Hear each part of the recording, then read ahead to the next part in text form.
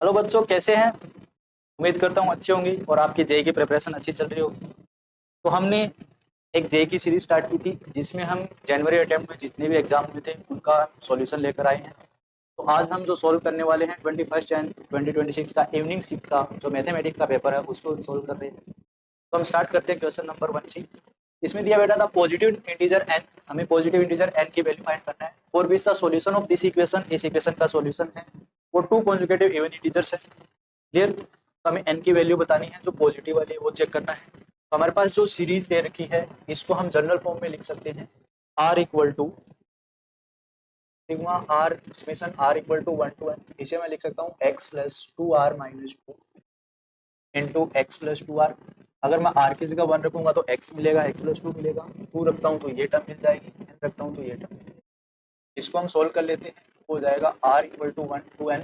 X से इन दोनों को मल्टीप्लाई करेंगे तो x square plus two r x हो जाएगा। टू आर को इन दोनों से मल्टीप्लाई करेंगे तो two r x plus four r square हो जाएगा। माइनस टू से इन दोनों मल्टीप्लाई करेंगे तो minus two x minus four r हो जाएगा और इक्वल में बेटा 8n/। क्लियर?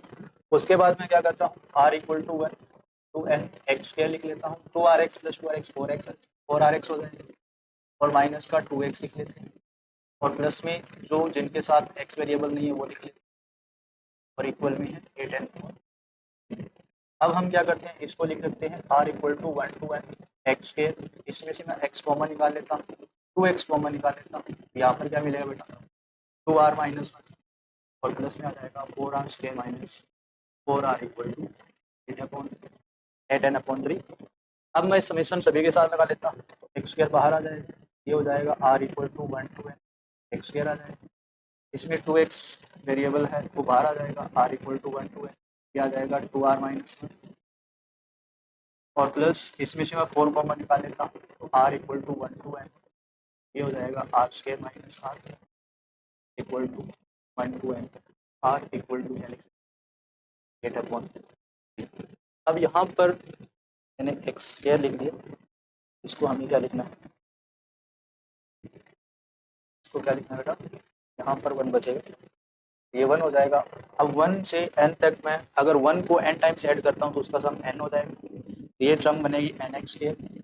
ये हमारे पास 4 टर्म है बेटा। r की जगह 1 रखोगे तो 1 मिलेगा, 2 रखोगे 3 मिलेगा, 3 रखोगे तो 5 मिलेगा, n रखोगे तो 2n-1 मिलेगा। तो 4 टर्म्स का जो सम होता है वो हमें पता है कि n स्क्वायर होता है। तो हमारे पास ये फॉर्मूला याद रखना आपको, 1 + 3 का स्क्वायर 1 + 3 + 5 + 4 टर्म जो होती है n टर्म्स, उनका जो सम होता है वो n स्क्वायर होता है।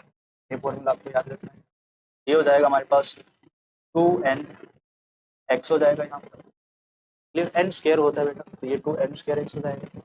उसके बाद में फर्स्ट n टर्म्स के स्क्वायर का सम क्या होता है बेटा, ये हमारे पास फॉर्मूला होता है, ये स्टैंडर्ड फॉर्मूले आ गए, n × n+1 2n+1/6 होता है। और ये हो जाएगा बेटा फर्स्ट n टर्म्स का सम है वो हो जाएगा n × n+1/2 और इक्वल में चल रहा है 8n/। इसको हम सोल्व कर लेते हैं, सभी से n कॉमन निकाल लेते हैं। सभी से n कॉमन निकालते हैं तो ये आ जाएगा x स्क्वायर, ये आ जाएगा 2nx और प्लस 4। इसमें से मैं 1 to 6 एलसीएम ले लेता हूँ, n तो कॉमन चला जाएगा। ये हो जाएगा n+1 2n+1 और ये हो जाएगा -3 टाइम्स ऑफ n+1 और इक्वल में हो जाएगा 8n/3। n से n कैंसिल हो जाएगा। क्लियर? अब इसको सोल्व कर लेंगे, इसमें से n+1 कॉमन निकाल लेते हैं। ये हो जाएगा x square plus 2nx plus 4n+1 अगर मैं कॉमन निकालता हूँ अंदर, ये बन जाएगा हमारे पास 2n+1 -3/6 और इक्वल में हो जाएगा 8/3। क्लियर? ये आ जाएगा बेटा, तो ये टर्म बनने वाली वो हो जाएगी x square plus 2nx plus 4, ये हो जाएगा n+1 और ये हो जाएगा, इसमें से 2n-2 बचेगा, उससे 2 कॉमन निकालोगे तो n-1 हो जाएगा। अब 1 में 6 है और इक्वल में बेटा 8/3, 2 से ये 3 पर कैंसिल हो जाएगा, n+1 n-1 n² - 1 हो जाएगा। ये हो जाएगा एक्स स्क्वायर प्लस 2nx और plus 4 times of n² - 1/3 equal to हो जाएगा 8/3। अब हमारे पास ये क्वाड्रेटिक इक्वेशन आ जाएगी। इस सीरीज का सम है वो क्या है, क्वाड्रेटिक इक्वेशन आ गया। और क्वाड्रेटिक इक्वेशन के 2 रूट होंगे, मान लेते हैं इसके अल्फा और बीटा है। इसने बोला इस इक्वेशन के जो रूट है वो पॉजिटिव इवन इंटीजर्स हैं, तो हमें पता है कि इवन इंटीजर्स का जो डिफरेंस होता है बेटा वो हमारे पास ऑलवेज 2 होगा। तो difference of two roots quadratic equation का फॉर्मूला होता है, ये होता है under root D by A equal to D by A, और ये फॉर्मूला तो ये इक्वल में 2 दे रखा है, तो ए तो हमारे पास यहाँ पर 1 हो जाएगा इस क्वाड्रेटिक इक्वेशन का, इसका मतलब इसका जो अंडर रूट डी है वो 2 हो जाएगा, हमारे पास डी की वैल्यू क्या हो जाएगी 4 आ जाएगी। तो हम इसका डिस्क्रिमिनेंट निकाल लेते हैं, इस इक्वेशन को मैं क्वाड्रेटिक इक्वेशन को पूरा लिख लेता हूँ। ये आ जाएगा हमारे पास x square plus 2nx plus 4n² minus 4/3 और माइनस 8/3 इक्वल टू 0 हो जाएगा। इसको मैं लिख सकता हूँ x square plus 2nx plus LCM 3 लोगी तो यह आ जाएगा 4n² माइनस 12 इक्वल टू 0। अब हमारे पास डिस्क्रिमिनेंट जो होता है वो होता है b² माइनस 4ac, ये हमें 4 दे रखा है, तो b² हो जाएगा बेटा 2n² माइनस 4a है हमारे पास 1 और c दे रखा है 4n² माइनस 12/3 इक्वल टू 4 हो जाएगा। ये आ जाएगा हमारे पास 4n² minus 4 into 4n² minus 12/3 equal to 4।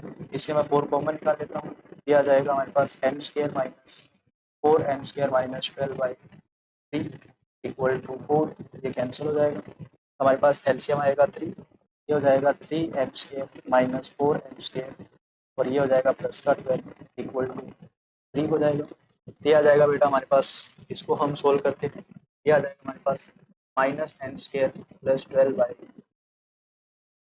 यहाँ पर 1 था, तो उधर जाकर क्या हो जाएगा 3 हो जाएगा, ये आ जाएगा माइनस n² इक्वल टू -9। तो n की 2 वैल्यू आएगी बेटा प्लस माइनस, ठीक है, हमें तो पॉजिटिव वैल्यू लेनी है, आंसर हो जाएगा। काफ़ी लेंथी क्वेश्चन था, मतलब लेंथी जरूर था लेकिन इजी भी था। इसका आंसर क्या हो जाएगा हमारे पास, तो n की वैल्यू पॉजिटिव इंटीजर 3 हो जाएगा। क्लियर। उसके बाद मूव करते हैं नेक्स्ट क्वेश्चन पर। चलिए बेटा इसमें देखते हैं, let f r to r be twice differentiable function.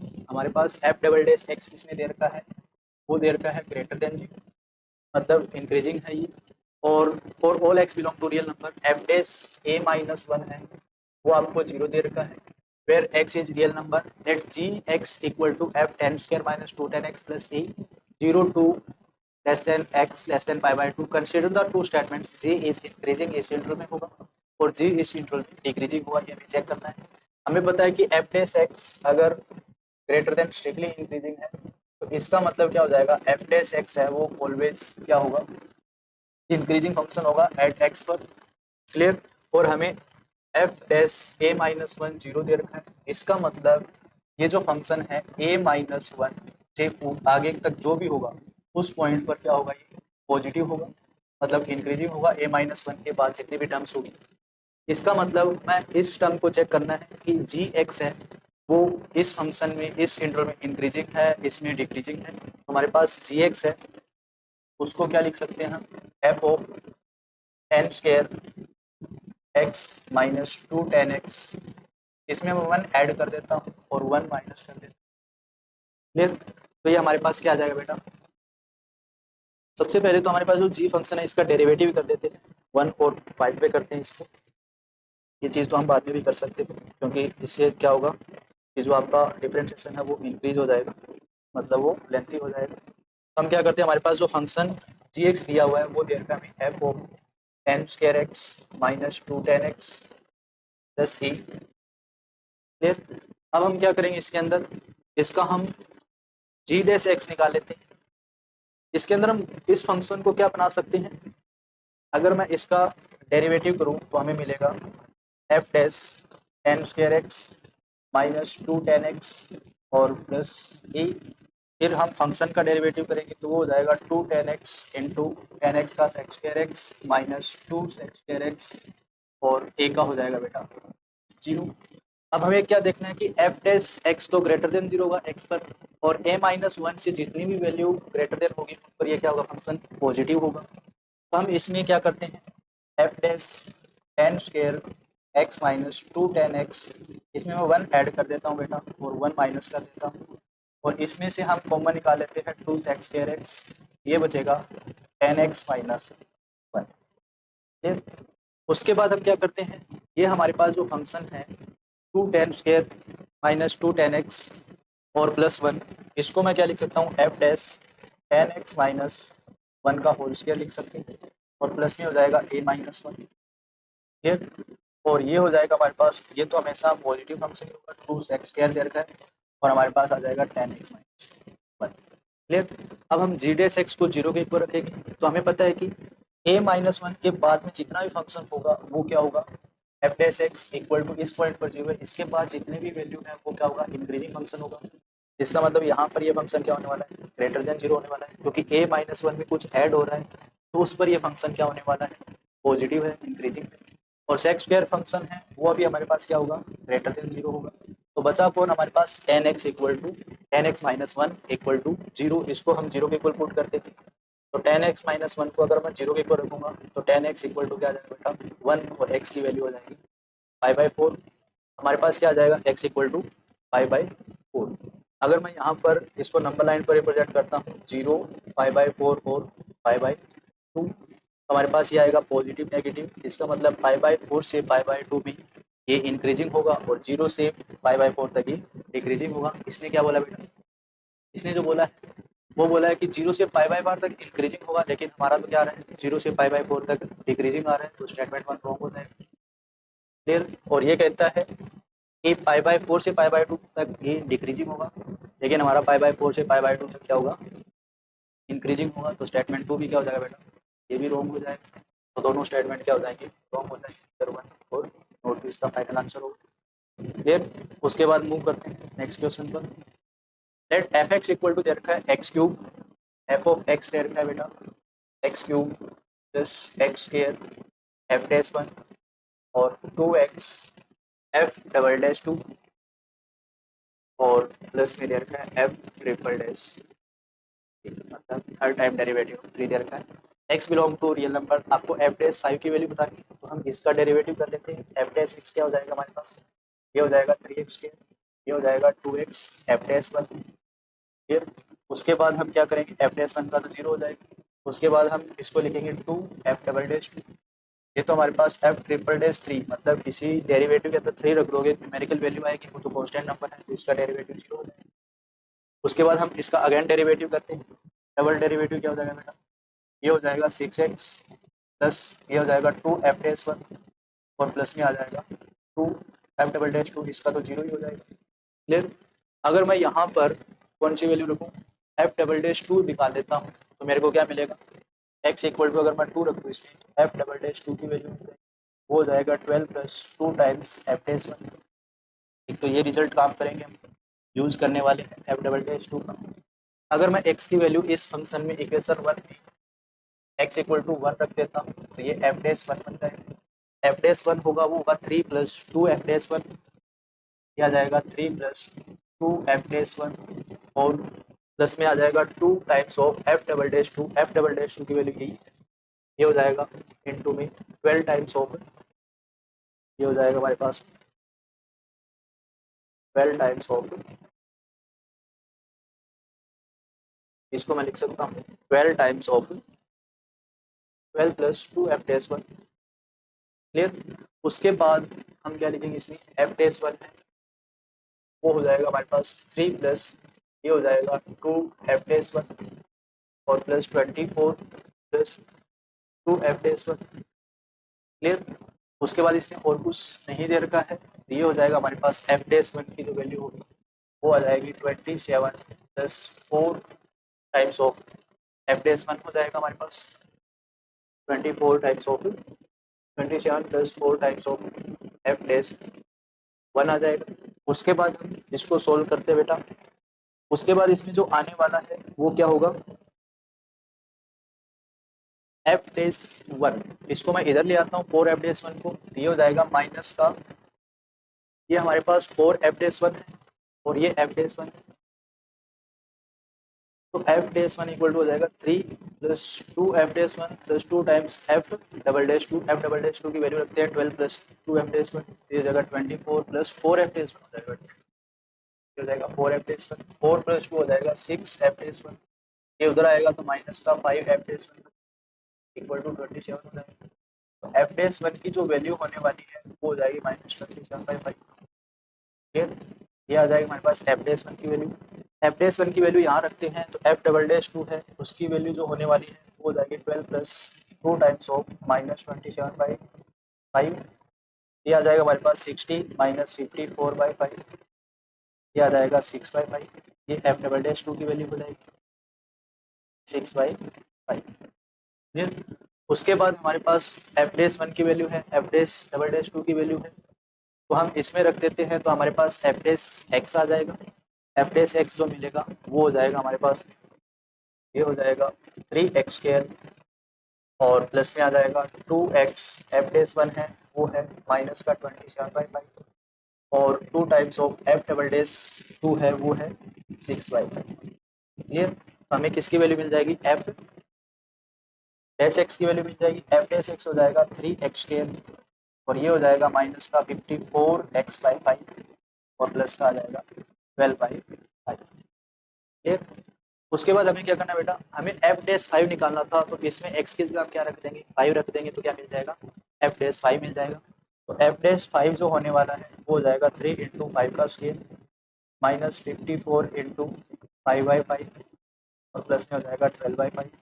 5 से 5 कैंसिल हो जाएगा, ये हो जाएगा 5 का स्क्वायर 25, 25 3 हो जाएगा 75, माइनस का आ जाएगा 54 और प्लस का आ जाएगा 12/5। ये आ जाएगा बेटा 19 प्लस 12/5। उसके बाद है 1 यहाँ पर, ये 21 आएगा ना, ये आ जाएगा बेटा 21। ये कितना आने वाला है 21। ये हो जाएगा 21 प्लस 12/5, इसका एलसीएम लोगे तो 5 आएगा। ये हो जाएगा 105 प्लस का 12, ये आ जाएगा हमारे पास 117/5। और हमें क्या निकालना था, एफ डैश 5 ही निकालना था। एफ डैश 5 क्या हो जाएगा 117/5 ऑप्शन। क्लियर। उसके बाद हम मूव करते हैं नेक्स्ट क्वेश्चन पर। तो नेक्स्ट क्वेश्चन है, in the line alpha x plus 4y equal to √7 where alpha belong to R touches the ellipse 3x² plus 4y² equal to 1 at the point P in the first quadrant, then one of the focal distance of P, आपको focal distance P निकालना है। हमारे पास क्या दे रखा है, एक ellipse है, ठीक है, ये एलिप्स है। उसके बाद ये कहता है कि ये इसी एलिप्स को फर्स्ट क्वाड्रेंट में P पॉइंट पर टच करके जा रही है। इससे हमें दो चीज़ें मिलेगी, अगर ये P पॉइंट पर टच करके जा रही है, ये एलिप्स वो कोई लाइन है वो क्या कर रही है, 2 पॉइंट पर टच करके जा रही है। ये हमें क्या बनाना था, थोड़ा बना लेते हैं इसको, इस डायग्राम को मैं पूरा ही दोबारा बना लेता हूँ। एक एलिप्स दी हुई है और उस एलिप्स में कोई पॉइंट P है, तो पॉइंट P पर कोई लाइन है वो टच करके जा रही है। दोबारा वही बदला, कहाँ से बदला, ये कोई पॉइंट P हो जाएगा। क्लियर। ये पॉइंट P पर एक लाइन है वो टच करके जा रही है। इस लाइन की इक्वेशन है alpha x plus 4y equal to √7। Clear. तो हमें पता है कि x कोऑर्डिनेट और इस लाइन की स्लोप है वो तो नेगेटिव होने वाली है, ये तो हमें पता चल जाएगा। उसके बाद x कोऑर्डिनेट और y कोऑर्डिनेट दोनों क्या है, पॉजिटिव होने वाली है। इसका मतलब हमारे पास जो अल्फा है वो तो ऑलवेज ग्रेटर देन 0। क्लियर। उसके बाद इस लाइन की जो स्लोप है वो पॉजिटिव होने वाली है और ये स्लोप है, लाइन है, इस फॉर्म में दे रखी है, एलिप्स है वो दे रखी है 3x² plus 4y² equal to 1। 3x² plus 4y² equal to 1। इसको मैं x² अपॉन 1/3 लिख सकता हूँ, इसको मैं y² अपॉन 1/4 लिख सकता हूँ इक्वल टू 1। तो a² हो जाएगा बेटा 1/3 और b² हो जाएगा 1/4। ठीक है, इसको कंपेयर कर लेंगे x² by a² plus y² by b² से। और इस लाइन की जो स्लोप है वो हो जाएगी हमारे पास 4y equal to minus alpha x plus √7। तो y है वो हो जाएगा minus alpha by 4x plus √7/4 हो जाएगा। उसके बाद जो इक्वेशन ऑफ एलिप्स होती है, मतलब इक्वेशन ऑफ टेंजेंट है एलिप्स के लिए किसी पॉइंट पर, उसकी कंडीशन ऑफ टेंजेंसी क्या होती है बेटा, वो होती है c² equal to a² m² plus b²। क्या होती है, a² m² प्लस b², ये कंडीशन ऑफ टेंजेंसी होती है। किसी कोई भी लाइन अगर किसी एलिप्स को टच करके जाती है तो उसकी कंडीशन ऑफ टेंजेंसी है। क्या है ये? Condition of tangency. ये फॉर्मूला आपको याद रखना है। ओनली फॉर्मूला बेस्ड स्टैंडर्ड फॉर्मूले अगर आपको याद है तो ये क्वेश्चन बन जाएगा। सी हमें दे रखा है, स्लोप है सी, इसका हमें कांस्टेंट दे रखा है √7/4 का स्क्वायर हो जाएगा। ए स्क्वायर हमें 1/3 दे रखा है, स्लोप इसकी -α/4 का स्क्वायर दे रखा है, और बी स्क्वायर 1/2 दे रखा है। ये 7/16 हो जाएगा। ये प्लस इक्वल में क्या हो जाएगा बेटा? ये हो जाएगा α²/48 और प्लस का हो जाएगा 1/4। फिर उसके बाद हम 48 से बोथ साइड मल्टीप्लाई कर दें, ये हो जाएगा 7/16 × 48, ये आ जाएगा α² + 12 हो जाएगा। ये 3 हो जाएगा तो 21 = α² + 12 हो जाएगा। α² की वैल्यू 9 हो जाएगी, अल्फा की दो वैल्यू आएगी +-3। तो हमें तो अल्फा ग्रेटर देन 0 लेना है, तो इसका मतलब अल्फा क्या हो जाएगा? 1/3 हो जाएगा। अल्फा की वैल्यू हमें मिल जाएगी तो हम क्या कर सकते हैं, जो एलिप्स है हमारे पास इस पॉइंट पर, तो किसी पॉइंट पर इक्वेशन ऑफ टेंजेंट होता है, वो होता है बेटा t = 0। क्या होता है? t = 0। तो t = 0 के लिए हम क्या करते हैं? रिप्लेस करते हैं x को x² को x(x1) से और y² को y(y1) से रिप्लेस करते हैं। तो हमारे पास इक्वेशन ऑफ एलिप्स है, वो दे रखी है 3x² + 4y² = 1। इसको मैं लिख सकता हूँ 3x(x1) + 4y(y1) = 1 हो जाएगा। और हमारे पास जो स्लोप है, इक्वेशन ऑफ लाइन है, वो दे रखी है इक्वेशन ऑफ टेंजेंट, वो α(x + 4y) = √7 दे रखी है। इसका मतलब हम इन दोनों के जो x और y के जो कोफिशिएंट होंगे वो क्या होंगे? प्रोपोर्शनल में होंगे। क्लियर? क्योंकि ये भी इक्वेशन ऑफ टेंजेंट है, ये भी इक्वेशन ऑफ टेंजेंट है, तो दोनों प्रोपोर्शनल में। इसका मतलब x का कोफिशिएंट यहाँ पर 3x1 है, यहाँ पर अल्फा है, यहाँ पर y का कोफिशिएंट 4y1 है, यहाँ पर 4 है, और यहाँ पर हो जाएगा 1/√7। अल्फा की वैल्यू बेटा 3 थी, अल्फा की वैल्यू क्या आई है हमारे पास? 3 आई है। इसको हम सोल्व करेंगे तो ये हो जाएगा 3x1/3, ये हो जाएगा y1 = 1/√7। इसका मतलब x1 और y1 की जो वैल्यू होगी वो 1/√7। इसका मतलब जो एलिप्स को ये पॉइंट टच कर रहा है, वो पॉइंट क्या हो जाएगा? 1/√7, 1/√7। क्लियर? हमें क्या निकालनी है? फोकस से इसकी जो डिस्टेंस है वो निकालनी है, फोकल डिस्टेंस। क्लियर? क्या निकालनी है? इसकी फोकल डिस्टेंस निकालनी है। तो फोकल डिस्टेंस ऑफ एलिप्स क्या होता है बेटा? जो फोकल डिस्टेंस होती है, focal distance of ellipse from point B, इसका जो फॉर्मूला होता है वो होता है a ± e(x1) होता है। a हमारे पास क्या आया था?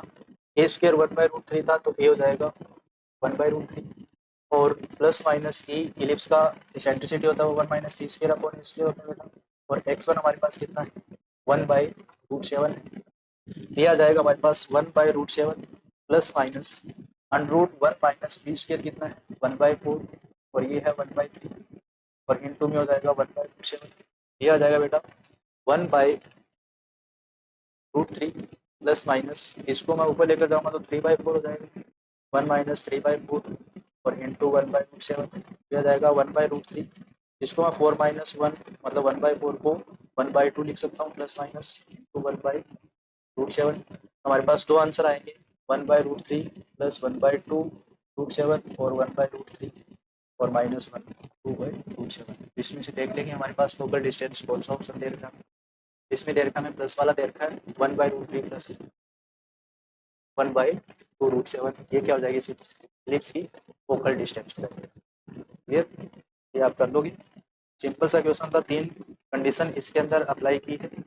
कौन कौन सी की है मैं रिपीट कर देता हूँ। एक तो इस पी पॉइंट पर टच कर रही थी तो हमारे पास क्या हो जाएगा? इसे दो चीज़ें मिलेगी हमें, कि इस लाइन की जो स्लोप है वो नेगेटिव होने वाली है, और एक्स कोऑर्डिनेट और वाई कोऑर्डिनेट दोनों क्या होंगे? यहाँ पर पॉजिटिव होंगे, तो हमारे पास अल्फा पॉजिटिव हो जाएगा। कंडीशन ऑफ टेंजेंसी होती है वो होती है c² = a² m² + b²। इसे हमें a² मिल गया, यहाँ से स्लोप मिल जाएगा, यहाँ से हमें b² भी मिल जाएगा, सारी वैल्यू रखने पर अल्फा मिल जाएगा। फिर हमारे पास इक्वेशन ऑफ टेंजेंट होता है वो t = 0 होता है, इसमें हम रिप्लेस करते हैं x² को x(x1) से और y² को y(y1) से। ठीक है, तो हमारे पास ये भी इक्वेशन ऑफ टेंजेंट है, ये भी इक्वेशन ऑफ टेंजेंट है, तो दोनों को प्रोपोर्शनल करेंगे तो x1 और y1 मिल जाएगा। उसके बाद अगर x1 और y1 मिलने के बाद हम क्या करेंगे, फोकल डिस्टेंस का फॉर्मूला किसी पॉइंट से क्या होता है एलिप्स का, ये होता है a plus minus E x one. तो a हमारे पास दे रखा है और ये इसेंट्रिसिटी का फॉर्मूला होता है एलिप्स का, और ये हमारे पास b आ जाएगा। उसके बाद हम इसमें x1 निकाल कर इसकी वैल्यू निकालेंगे जो हमारा फाइनल आंसर। उसके बाद मूव करते हैं नेक्स्ट क्वेश्चन पर। ये दे रखा है let y square equal to 12x with a parabola with its vertex at o and P be the point on the parabola and A be point on the x-axis such that angle OP equal to 90 degree। अच्छा question दे रखा है। इसने क्या बोला है, y square equal to 12x मतलब x axis का parabola है। उसके बाद इसने बोला है कि एक P पॉइंट है and A P point on the x axis, A point है वो x एक्सिस पर है और एक पॉइंट P है जो पैराबोला पर है एंड एंगल OPA वो 90 डिग्री दे रखा है बेटा आपको। एंगल OP और A है ये आपको 90 डिग्री दे रखा है। Then the centre locus of centroid of the triangle OPA, इस ट्रायंगल का जो सेंट्रोइड होगा उसका हमें लोकस निकालना है। सिंपल सा क्वेश्चन है बेटा। हमारे पास जो पैराबोला है वो दे रखा है y square equal to 12x। इसको मैं अगर कंपेयर करता हूँ y square equal to 4ax के साथ, तो ये y स्क्वायर इक्वल टू हमारे पास 4a इक्वल टू 12 हो जाएगा, a इक्वल टू 3 हो जाएगा बेटा, a की वैल्यू मिल जाएगी यहाँ से। और ये पैराबोला का कोई पॉइंट होता है वो किस फॉर्म में होता है, a टी स्केयर और 2at की फॉर्म में होता है। अगर मैं यहाँ पर जैसे कि ए टी स्क्र एक्स की जगह मैं ए टी स्क्र रखता हूँ तो ये 4a स्क्र टी स्क्र हो जाएगा। यहाँ पर y की जगह मैं 2at रखता हूँ तो ये भी 4a स्क्र टी स्क्र हो जाएगा। a हमारे पास 3 मिल गया, इसका मतलब जो p पॉइंट है वो 3t स्क्र और 6t हो जाएगा। क्लियर। और ये हमें ओरिजिन 0 0 दे ही रखा है। उसके बाद इसने ये पॉइंट एक्स एक्सिस का है तो इसको मैं अल्फा और 0 मान लेता हूँ। क्या मान लेता हूँ मैं, अल्फा 0। तो ट्राइंगल के तीनों कोऑर्डिनेट हमें मिल गए तो हम क्या निकाल सकते हैं, वर्टिसेस निकाल सकते हैं इसकी, मतलब सेंट्रोइड निकाल सकते हैं। सेंट्रोइड ऑफ ट्राइंगल क्या होता है, वो होता है x1 plus x2 plus x3 by 3 और ये हो जाएगा y1 plus y2 plus y3 by 3। Clear. ये आ जाएगा x1 हमारे पास है वो है 0, x2 हमारे पास 3t स्क्वायर और x3 हमारे पास अल्फा बाई 3 और हमारे पास दूसरा आ जाएगा y1 है हमारे पास 0, उसके बाद प्लस में y2 है 60 और प्लस y3 है 0 बाई 3। तो हमारे पास सेंट्रोइड होगा वो हो जाएगा 3t square plus alpha by 3 और ये आ जाएगा 2t। क्लियर। उसके बाद हमारे पास जो कंडीशन आएगी सच दैट हमें सेंट्रोइड का क्या बताना है, इसमें the locus of the centroid of triangle, इसका हमें जो बताना है बेटा वो है लोकस है। तो हम लोकस कैसे निकालते हैं आपको पता ही होगा। इसमें आपको क्या करना है बेटा, जो लोकस का फॉर्मूला है उसके अंदर हम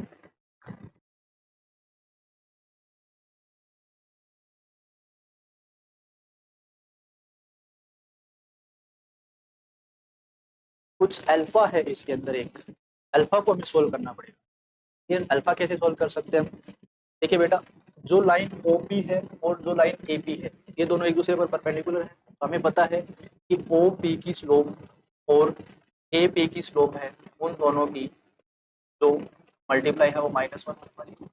तो हम OP की स्लोप निकाल लेते हैं तो वो क्या हो जाएगा हमारे पास, ये हो जाएगा हमारे पास x2 माइनस x1, ये आ जाएगा 60, y2 माइनस y1 हो जाएगा अपॉन x2 माइनस x1, ये हो जाएगा 3t स्क्वायर इंटू, अगर मैं इस लाइन की स्लोप निकालूं ये आ जाएगा 60 अपॉन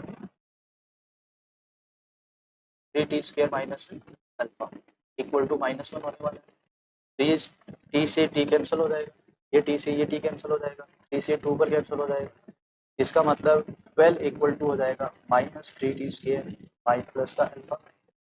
इसका मतलब हमारे पास 3t स्क्वायर माइनस अल्फा वो है वो कितना होने वाला बेटा, थ्री टी स्क्र अल्फा की वैल्यू है वो यहाँ से आप निकाल सकते हो 12 प्लस 3t स्क्र क्या निकाल सकते हैं, अल्फा इक्वल टू क्या हो जाएगा 12 प्लस 3t स्क्र, ये यहाँ पर रख देंगे तो हमारे पास जो सेंट्रोइड है वो क्या बन जाएगा 3t square plus 12 plus 3t square by 3 और ये आ जाएगा हमारे पास 2t, ये आ जाएगा हमारे पास 6t स्क्र प्लस 12 बाई 3 और ये हो जाएगा 2t, ये आ जाएगा हमारे पास 2t स्क्वायर प्लस 4 और ये हो जाएगा ये उसके बाद हमें क्या करना है बेटा, जो हमारे पास h है वो आ जाएगा 2t² + 4 और k है वो आ जाएगा 2t। इसके लोकस मान लेते हैं h और k। फिर तो इससे हमें क्या मिलेगा, h होगा वो क्या हो जाएगा बेटा, h है वो हो जाएगा 2t² + 4 और जो k है वो हो जाएगा 2t। क्लियर। तो यहाँ पर मैं 2 से मल्टीप्लाई कर दूँ, 2h = हो जाएगा 4t² + 8 और यहाँ पर अगर मैं k² करूँ तो ये क्या हो जाएगा 4t² हो जाएगा। तो मैं 4t² की जगह k² लिख सकता हूँ। ये हो जाएगा 2h = ये आ जाएगा k² + 8। h की जगह मैं x रिप्लेस कर देता हूँ और k की जगह मैं y रिप्लेस कर देता हूँ। तो यहाँ से हमें जो इक्वेशन मिलेगी वो हो जाएगी बेटा 2x - y² और +8 = 0। ये वो इक्वेशन ऑफ लोकस हो जाएगी। स्टैंडर्ड ये आ रहा है y² - 2x + 8। इसमें से अगर हम कॉमन निकालेंगे तो ये हो जाएगा हमारे पास y² - 2x + 8 कहीं पर बन रहा है, ये इधर लेकर जाओगे ये इसको बेटा आप इस टर्म को इधर ले आओ तो ये क्या बन जाएगा y² - 2x + 8 = 0 बन जाएगा। ये हमारा इक्वेशन ऑफ लोकस हो गया, स्टैंडर्ड हो गया। नेक्स्ट क्वेश्चन पर मूव करते हैं। इसने दिया if let one end of focal कोड of the parabola y² = 16x be 16 16। उसके बाद इसने क्या दिया है, जो हमारे पास एक पैराबोला दे रखा है y² = 16x। क्लियर। इसका एक पॉइंट है वो 16 16 दे रखा है। उसके बाद let p alpha beta divides the focal कोड of internal 5:2 then the value of alpha plus beta = हमारे पास एक फोकस से फोकल कोड दे रखी है, ठीक है। p अल्फा बीटा है, इस फोकल कोड को इंटरनली 5:2 में डिवाइड करता है, तो मिनिमम वैल्यू हमें अल्फा और बीटा बताए। तो ये जो पैराबोला है वो बेटा दे रखा है y² = 16x। इसका मतलब यहाँ पर a 4 हो जाएगा, क्या हो जाएगा a 4 हो जाएगा। तो ये इक्वेशन होती है वो होती है at² 2at। क्लियर। तो ये at² = कितना दे रखा है हमें 16 दे रखा है। इसका मतलब हमारे पास जो a है वो 4 है, तो 4t² = 16 हो जाएगा। इसका मतलब t² है वो 4 हो जाएगा, तो t की वैल्यू +-2 होगी, क्या हो जाएगी a की वैल्यू +-2 हो जाएगी। उसके बाद हमारे पास क्या दिया है, ये पॉइंट at² 2at होता है, तो इस क्वाड्रेंट का ये पॉइंट a है तो ये b मान लेते हैं। ये b पॉइंट हो जाएगा a/t² - 2a/t होता है। क्लियर।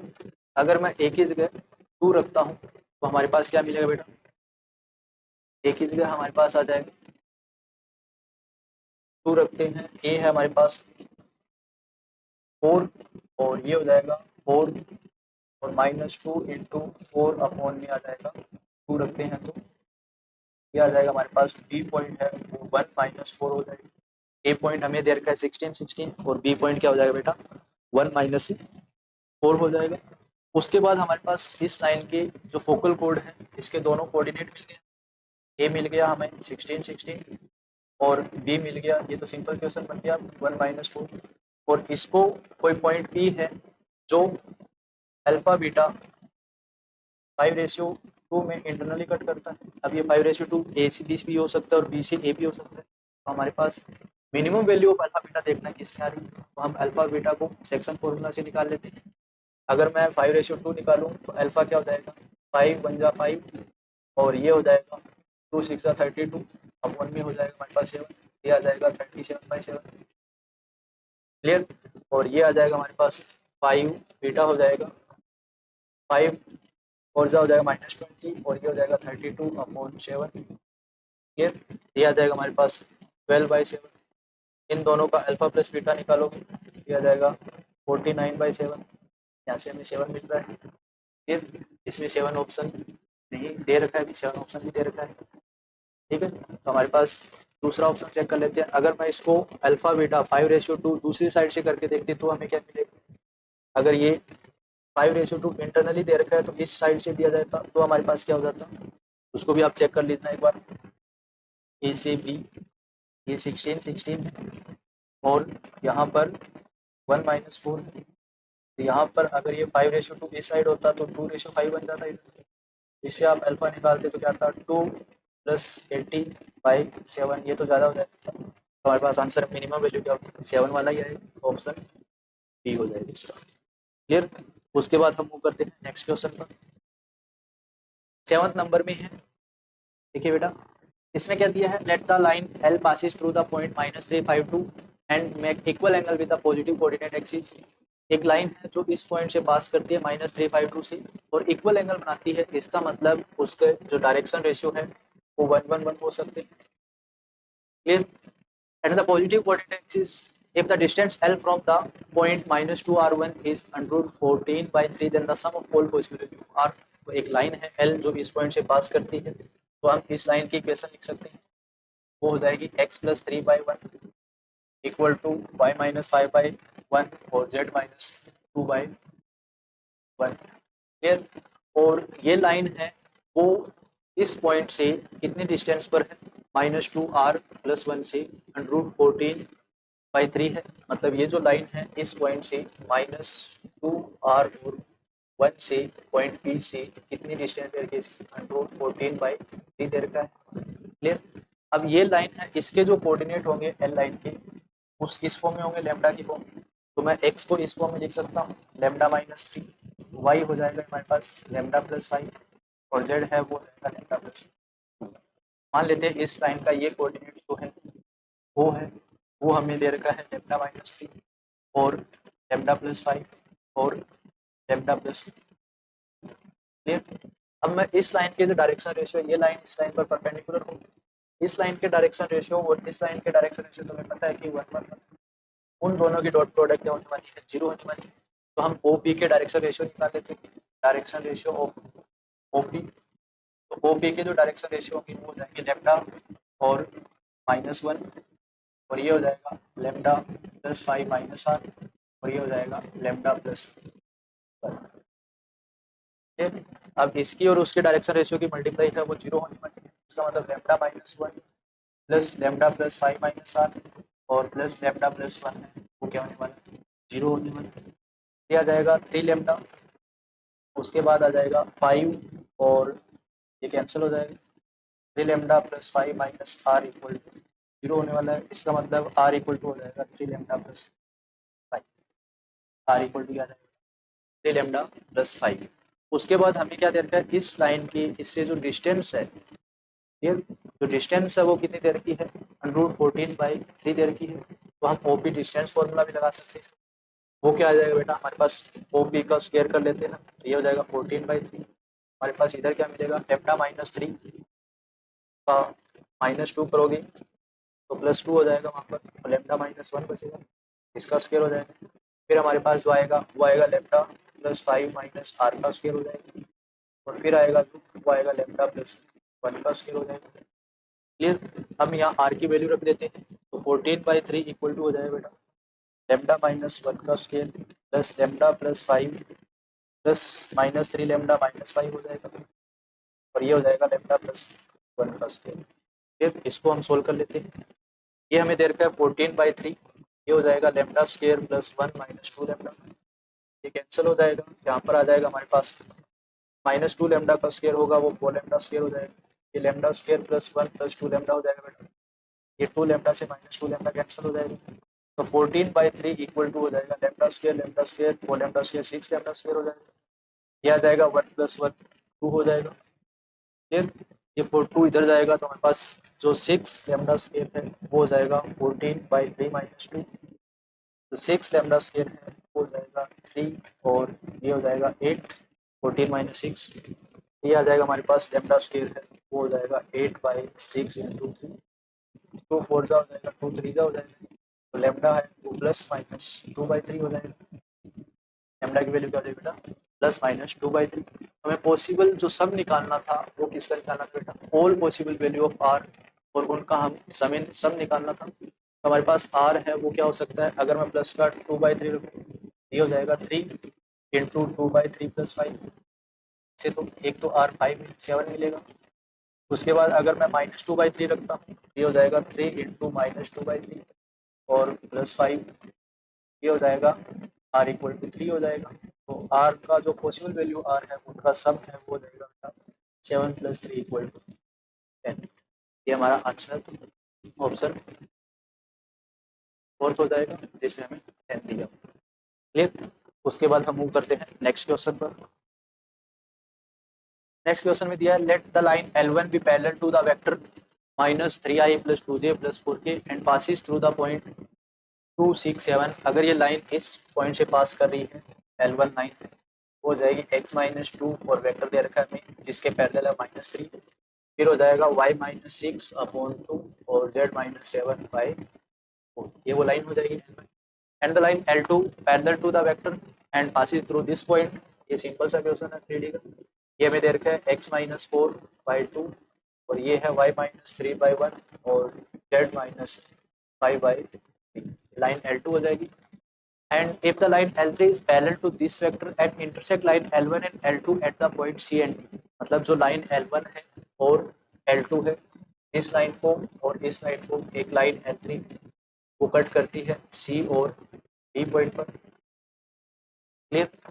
और वो लाइन है इस लाइन के पैरेलल भी दे रखी है, क्लियर। तो हमारे पास इस लाइन का जो फॉर्म होगा वो हम किस फॉर्म में मान सकते हैं, L1 का, जिसको मैं लैम्डा के इक्वल ले लेता हूँ। तो ये हो जाएगा -3 लैम्डा + 2। तो एक्स कोऑर्डिनेट होगा वो -3 लैम्डा + 2 के प्रोपोर्शनल होगा। उसके बाद वाई होगा वो 2 लैम्डा + 6 के प्रोपोर्शनल होगा, 2 लैम्डा + 6 के प्रोपोर्शनल हो जाएगा। और जो जेड होगा वो क्या हो जाएगा बेटा, ये हो जाएगा हमारे पास 4 लैम्डा + 7 के, 4 लैम्डा + 7 के, क्लियर। उसके बाद जो डी के कोऑर्डिनेट होंगी वो किसके प्रोपोर्शनल होंगी, लाइन L2 को हम म्यू मान लेते हैं। ये हो जाएगा एक्स का कोऑर्डिनेट होगा वो 2 म्यू + 4 टाइप का होगा और ये वाई कोऑर्डिनेट होगा वो म्यू + 3 टाइप का होगा, ये। उसके बाद है ये हो जाएगा जेड का कोऑर्डिनेट है वो 3 म्यू + 5 के टाइप का होगा, क्लियर। अब हमें पता है कि ये लाइन सी और डी पर कट करती है, तो सी डी के जो डायरेक्शन रेशियो होंगे वो इस लाइन के जो डायरेक्शन रेशियो उसके प्रोपोर्शनल होंगे, क्योंकि ये जो L3 लाइन वो इस लाइन के पैरेलल है तो उसके डायरेक्शन रेशियो दे रखे हैं -3 5 16। और इस लाइन 2 पॉइंट से भी हम डायरेक्शन रेशियो निकाल सकते हैं। इसका मतलब मैं इसको सोल्व करता हूँ, इसके डायरेक्शन रेशियो निकाल लेता हूँ। सी डी की जो डायरेक्शन रेशियो है वो इस फॉर्म में भी हो सकती है। इसको माइनस करते हैं, किया जाएगा 2 म्यू + 3 लैम्डा + 2। उसके बाद होगा म्यू -2 लैम्डा -3 आएगा, 3 म्यू प्लस ये माइनस करते हैं तो हो जाएगा 3 -4 लैम्डा और -2। इस टाइप का डायरेक्शन रेशियो। और हमें पता है कि L3 लाइन है वो इस लाइन के पैरेलल है, इसका मतलब -3 5 और 16 इसके डायरेक्शन रेशियो ऑलरेडी दे रखी है। इन दोनों डायरेक्शन रेशियो इक्वल तो नहीं हो सकते लेकिन प्रोपोर्शन में हो सकते हैं, क्लियर। हमारे पास इसको प्रोपोर्शन में रखते हैं तो क्या हो जाएगा बेटा, क्या करते हैं हम प्रोपोर्शन में रख लेते हैं।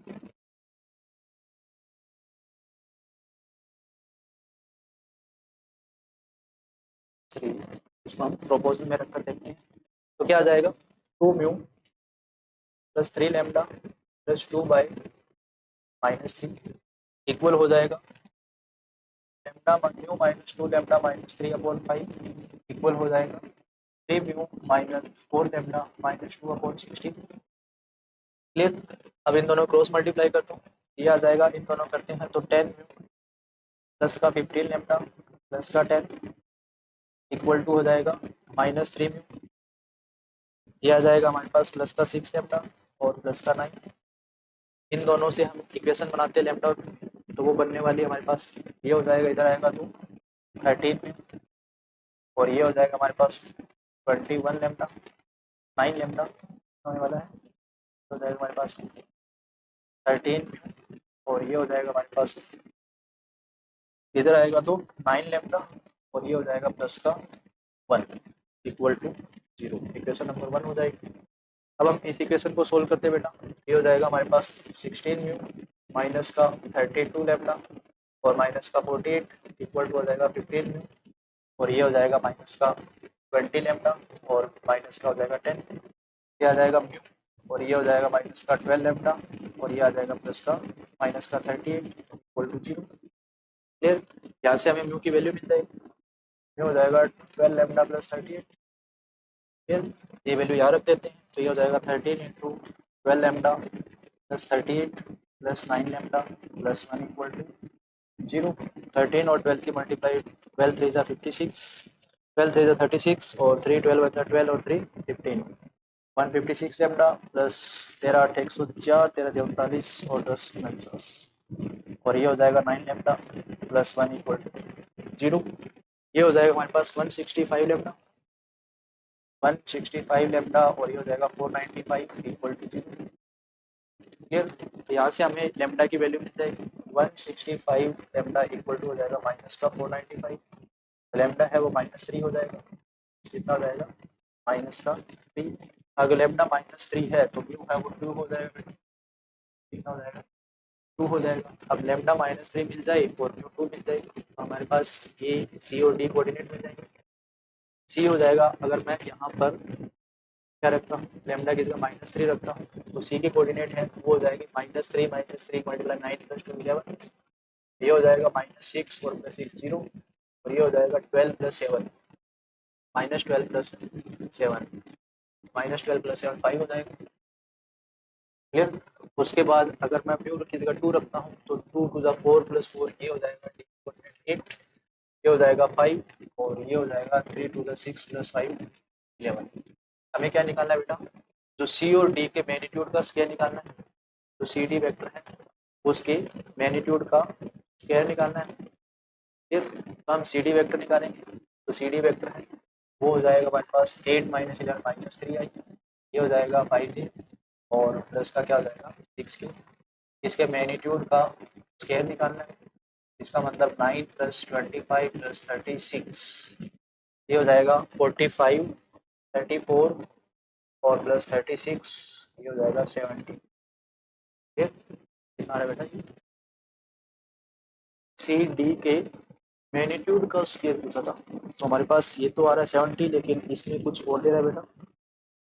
इसको हमें दोबारा चेक करना पड़ेगा एक बार। तो हमारे पास जो वैल्यू आएगी ये -5 था ठीक है -5 था। इसकी कैलकुलेशन मैंने पहले करके रखी कोई एरर आई तो यहाँ पर 16 हो जाएगा तो ये बेटा 190 256 हो जाएगा 256।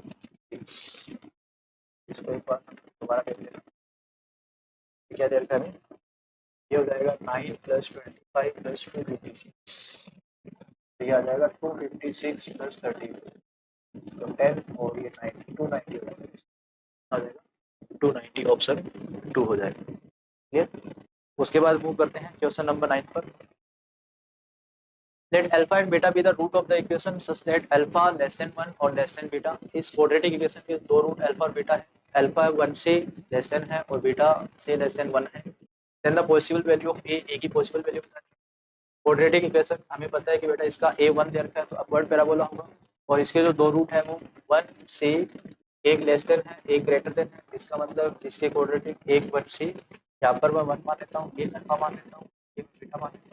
यहाँ से आपको दो कंडीशन मिल जाएगी कि जो f(1) है वो ऑलवेज क्या होने वाला है बेटा लेस देन 0 होने वाला है। f(1) है वो क्या होने वाला है लेस देन 0 होना है। इसी इक्वेशन से हमें आंसर मिल जाएगा बेटा। तो x की जगह 1 रख दो इसमें f(x) हमें क्या दे रखा है ये दे रखा है x² + 2x + 3a + 10। इसी से हमें आंसर मिल जाएगा इसका। x की जगह 1 रखूंगा तो f(1) हमें क्या दे रखा है कंडीशन की लेस देन 0 होगा। x की जगह 1 रखोगे तो 1 + 2a + 3a + 10 ये लेस देन 0 हो जाएगा। ये आ जाएगा 5a + 11 लेस देन 0 तो 5a लेस देन -11 हो जाएगा a लेस देन -11/5 हो जाएगा। तो हमारे पास आंसर आएगा वो क्या होगा -11/5 से लेस देन हो जाएगा बेटा x बिलोंग टू -∞5। ये सिंपल सा क्वेश्चन रहता था बेटा और एक 4 नंबर थी। सिंपल सा आपका अगर स्टैंडर्ड फॉर्मूला याद है तो भी इस क्वेश्चन को आप कर सकते थे। क्वेश्चन नंबर 10 देखते हैं। A random variable x tag value 0 1 2 3 with possible probability दे रखी है बेटा।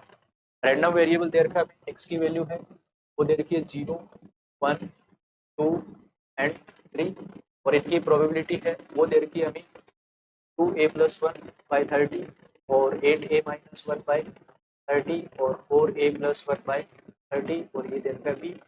a b belong to real number mu and sigma rho respectively with the mean and standard deviation of the x such that μ² + σ² + μ² आपको 2 दे रखा है। Clear. Then a/b is equal to ये आपको बताना बेटा। तो हमें पता है कि जो मीन होता है वो क्या होता है जो स्टैंडर्ड डेविएशन होता है वो जो वेरिएंस देयर का सिग्मा स्क्वायर था हमारे पास वेरिएंस हो जाएगा। वेरिएंस होता है sigma x square D x minus और क्या होता है बेटा मीन का स्क्वायर क्लियर। और ये हमें कितना देर का है सिग्मा स्क्वायर, अगर मैं मीन को इधर ले आऊँ तो म्यू स्क्वायर इक्वल टू क्या हो जाएगा sigma x square P x हो जाएगा। और इसकी वैल्यू हमें 2 दे रखी है, इसका मतलब sigma x square P x का जो आंसर आने वाला है वो 2 आने वाला है।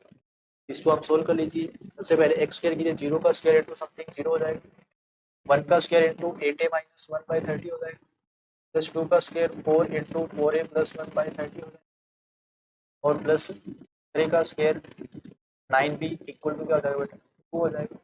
इसका एलसीएम लीजिए, एलसीएम आ जाएगा 30, ये आ जाएगा 8a minus 1 plus 16a plus 4 equal to आ जाएगा 270b इक्वल टू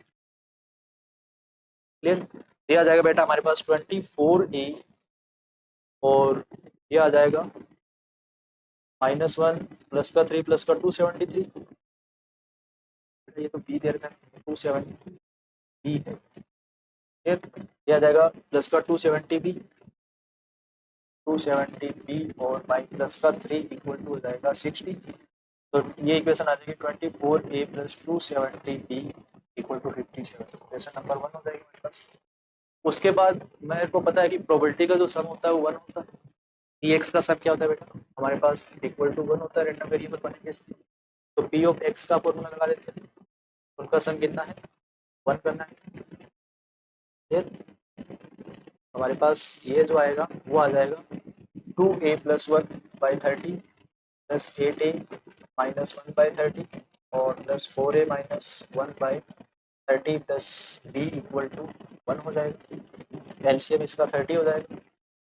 ये आ जाएगा हमारे पास 2a plus 1 plus 8a minus 1 और plus 4a minus 1 plus 30b equal to 1 होने वाला है। ये हो जाएगा 2a और 8a 10a और 14a, ये आ जाएगा बेटा 14a और प्लस में हो जाएगा ये आ जाएगा 2 8 10 और 14 और प्लस का 30 भी, ये आ जाएगा 30 भी और ये हो जाएगा 1 और -1 कैंसिल हो जाएगा इक्वल टू क्या हो जाएगा हमारे पास 0 हो जाएगा, -1 भी बचेगा -1 इक्वल टू 30 क्लियर। उसके बाद हमारे पास आएगा जो ये 1 उधर जाएगा तो 14a plus 30b equal to 31 हो जाएगा क्लियर। एक बार कैलकुलेशन देख लेता हूँ मेरे इसमें मेरी लिखी हुई है कैलकुलेशन, इसने देर का है ये 31, ये प्लस का 1 है बेटा इसमें, वहीं पर हमने एरर किया इसमें 4a minus 1 plus 4a plus 1 था, ये क्या था प्लस का 1 था, क्या था ये प्लस का 1 था। तो हमारे पास क्या आ जाएगा ये प्लस का 1 होगा तो ये उधर जाकर 29 हो जाएगा, क्या हो जाएगा 29 हो जाएगा। ये जो कैलकुलेशन है वो आपको थोड़ा सा ठीक इस पर काम करना है। ये यहाँ पर हमें 30 देर का है और ये हो जाएगा हमारे पास 29 ठीक, और ये हमारे पास इक्वेशन नंबर 2 हो जाएगी। अब हमें क्या करना है, जो फर्स्ट इक्वेशन है वो हमें दे रखी है 24a प्लस 270b और इक्वल टू 57, इसमें हमारे पास 30 भी दे रखा है। अगर मैं इसको 9 से मल्टीप्लाई कर दूँ तो हमारे पास क्या आ जाएगा 270b आ जाएगा, ये आ जाएगा 24a plus 270b equal to 57।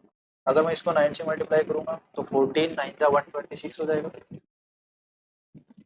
उसके बाद ये आ जाएगा हमारे पास 270b, तो इसको करोगे आप 9 से 9 9 जा 81, 9 2 जा 18 और 8 हो जाएगा 26, ये आ जाएगा माइनस माइनस माइनस, ये कैंसिल हो जाएगा तो -102a और ये हो जाएगा 200 का 4, माइनस से माइनस कैंसिल तो a की वैल्यू क्या आ जाएगी बेटा 2 आ जाएगी। अगर a की वैल्यू 2 है तो ये हो जाएगा 28 प्लस 30b इक्वल टू 29, तो 30b है वो 1 हो जाएगा तो b की वैल्यू 1/30 हो जाएगी। a आ जाएगा 2 और b आ जाएगा 1/30, हमें a बाई बी निकालना है। a बाई बी, ए था 2 और बी था 1/30, तो ये 30 ऊपर जाएगा तो 2 × 30 फाइनल आंसर हमारा 60 हो जाएगा। चलिए बेटा इसका आंसर 60 हो जाएगा। आगे वाले टेक्स्ट नेक्स्ट क्वेश्चन है वो नेक्स्ट पार्ट में मिलेगी। तब तक लगे रहिए। जय हिंद, जय भारत।